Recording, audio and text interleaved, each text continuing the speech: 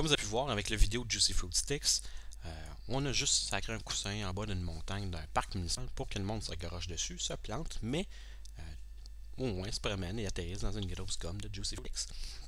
Donc le but était quoi? De créer un événement qui irait chercher quoi? Les jeunes, parce qu'on s'entend qu'on ne vise pas les baby boomers avec la Juicy Fruit Sticks, et je mets l'emphase sur le X. On vise vraiment qui? Ben les jeunes jusqu'à 18-19 ans. Donc on va créer un événement sur pièce, on va créer un canal sur pièce avec un code et on va les cibler pour leur passer le message. Autre exemple de canal, si on va sur break.com qui semble être le site préféré de Julien, ou même de Patrick, peu importe, Break va avoir différents canaux et différents canaux vont aller chercher quoi? Différents messages, différentes cibles. Donc ça on peut voir ici, on a le canal Break avec les vidéos de sport et on a Cage Potato Fight, donc channel, donc on parle de combat ultime ou de mauvais combat ultime, et par le plus grand des hasards, on a de la publicité sur le côté de fournisseurs de cages de MMA, d'équipements tap-out ou tap-out, moi je préfère dire tap-out, ou encore là, de location ou d'achat de cages. Mettons qu'on va sur about.com, sur le tricot, et qu'on a un article sur comment tricoter pour l'Halloween, et qu'on a les mêmes pubs, donc sur de l'équipement ou du linge ou des vêtements de cage pour le MMA, ou sur des vêtements tapout à rabais, ça joue un peu.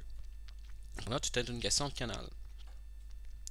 Quand on parle de réaction, c'est ce qui va clore là, en gros cette section-là. Quand on parle de réaction, dans le fond, c'est l'action, c'est l'effet.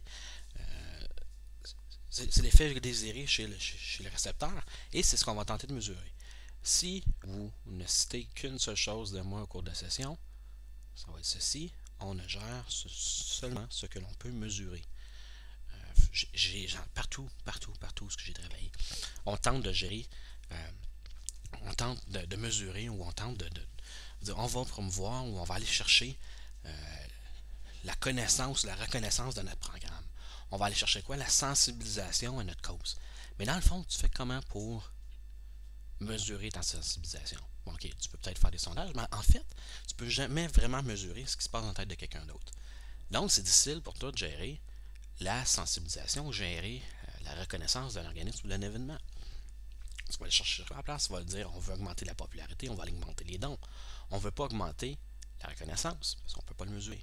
Donc, si encore là, vous voulez me rendre fier, ou vous assurez de passer mon cours, et vous assurez que je ne retourne pas dans le dossier dans un an et je vous faire couler rétroactivement, rappelez-vous, on ne peut gérer seulement ce qu'on peut mesurer. Donc, la réaction, ça va être quoi? Ça va être de mesurer c'est quoi l'impact que notre message a eu sur le comportement d'un individu, sur son attitude. Et encore là, on va aller chercher une réaction qu'on peut mesurer. Je vais vous montrer rapidement. Petit message d'erreur de Google. Une pub, du moins une campagne qui a été faite par Ramit Sethi. C'est Ramit, là, mais j'aime ça le dire à la texan. Qui a écrit un livre sur I Will Teach You How to Be Rich. À la base, ça sonne comme une scam, comme une fraude, comme une attrape-nigo. Et jusqu'à un certain point, c'est vrai. Mais Ramit a été tellement brillant au niveau de son lancement qu'il s'est retrouvé best-seller d'Amazon et du New York Times dans la section mieux-être dans la première semaine de vente. Donc, ce qu'il a fait, c'est d'offrir sur différents canaux, exemple sur Lifehacker, qui est un site de gens qui veulent améliorer leur capacité personnelle à travailler, à vivre et autres. Donc, c'est un site de self-improvement, si on peut dire.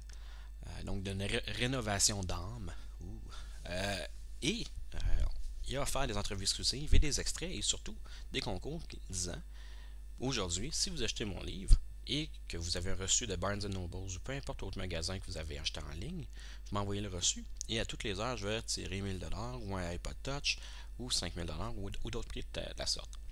Donc, le but de son message était très simple. Achetez mon livre, je vais vous donner des nananes. Donc, dans le fond, achetez votre livre et vous allez avoir une congratulation ou dans le fond, une rétroaction rapide ou un avantage rapide. je regarde mon épouse, elle me fait des non, elle me fait des oui. Donc, c'est le fun. C'est comme si vous avez en avant de nous autres, puis vous me regardez avec des yeux de poisson, mais là, Céline fait des petits coups de tête, qui me dit oui, non. Euh, merci, Manon. Euh, donc, ce qu'on s'est retrouvé dans le fond, c'est avoir une rétroaction ou un avantage positif rapide, une réaction positive rapide, mais aussi, c'est qu'il était capable de mesurer exactement ses ventes dans une journée, parce que typiquement, un auteur n'est pas capable de savoir les chiffres de vente qu'il va avoir dans un mois, 3 mois, ou dépendant des contrats, jusqu'à 6 mois. Mais aussi, c'est assuré de quoi? D'avoir des gens qui allaient répondre à son message, et idéalement qui allaient répondre où? Sur les mêmes canaux. Donc, je vous ai mis sur le PowerPoint un lien pour une vidéo d'un monsieur, probablement restant dans le sous-sol de sa mère, dans une trentaine d'années, un programmeur informatique, qui fait l'apologie du livre de Ramit, mais aussi qui en fait une genre de critique, une revision, peu importe, une revue. Mais on s'entend que le gars, s'il reste dans le sous-sol de chez parents, parce que si on regarde, la lumière vient vraiment du top du mur, là, ça a l'air vraiment d'une fenêtre de sous-sol. Si il est vraiment ferré côté finance et qu'il en fait vraiment une critique, ça paraît pas. Donc, puis encore là, la vidéo est un peu plate, puis 3 minutes. Donc, je vais vous laisser regarder à votre loisir. Il va être dans la playlist juste suivant la vidéo de la Juicy Fruit Sticks. Je vais couper la vidéo. Parce qu'encore là, je vais arriver dans le 10 minutes de YouTube. À notre tour, on va regarder comment concevoir le message, mais aussi le type de réaction qu'on peut viser et le type de changement qu'on peut espérer.